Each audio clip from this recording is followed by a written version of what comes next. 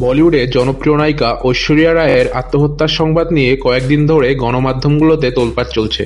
কড়া ডোজের ঘুমের ওষুধ খেয়ে আত্মহত্যার চেষ্টা করেছেন ঐশ্বরিয়া। পারিবারিক সমস্যার জেরেই তিনি নাকি সম্প্রতি নিজের জীবন শেষ করতে চেয়েছিলেন। সোশ্যাল মিডিয়ায় এই ভুয়ো খবর ছড়িয়ে পড়তেই মুহূর্তেই তা ভাইরাল হয়ে যায়। গত ২ ডিসেম্বর আউটলুক পাকিস্তান নামের একটি ওয়েবসাইটে ঐশ্বরিয়াকে নিয়ে ওই ভুয়ো খবর প্রকাশিত হয়।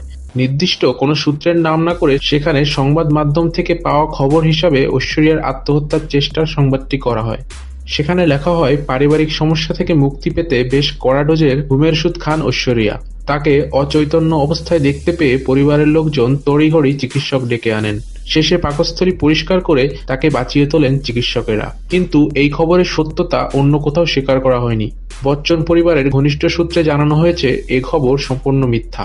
এমন কোনো ঘটনাই ঘটেনি। বচ্চন পরিবারের বিরুদ্ধে ঘটনাটি ধামাচাপা দেওয়ার অভিযোগও তোলা হয় এবং সেই কারণেই নাকি তাকে হাসপাতালে না নিয়ে বাড়িতেই চিকিৎসক ডাকা হয়। এমনকি চিকিৎসকের মুখ বন্ধ রাখার চেষ্টাও করা হয় বলে ওই ওয়েবসাইটের দাবি।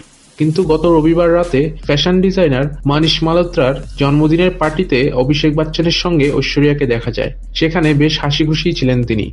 অতিথিদের সঙ্গে ছবি তোলার জন্য হাসিমুখে পোজও দিতে দেখা যায় তাকে।